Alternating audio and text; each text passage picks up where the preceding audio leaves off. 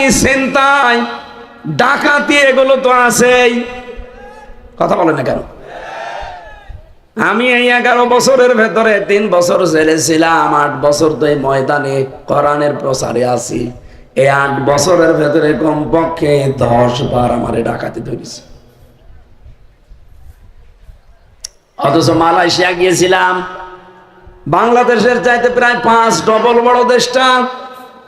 প্রতিদিন আমি voice of prosperity প্রায় 1500 কিলো 2000 কিলোমিটার রান করতাম, কারণ এই প্রদেশ থেকে ওই প্রদেশ প্রায় 1500 2000 কিলোমিটার। রাত 12টা 1টা 2টা নেই, কারণ যে ধরা লাগবে অনুষ্ঠান। শুধু মরুভূমি, পাথর, জঙ্গল আর খালি পাম গাছ, হাজার হাজার বিঘা শুধু। এই রাত 2টার দিকে শরীর সমসম করে ওঠে ভয়ে। ড্রাইভার বলছে কোনো চিন্তা নেই, এই আল্লাহ ছাড়া কারো ভয় পাওয়া লাগবে না।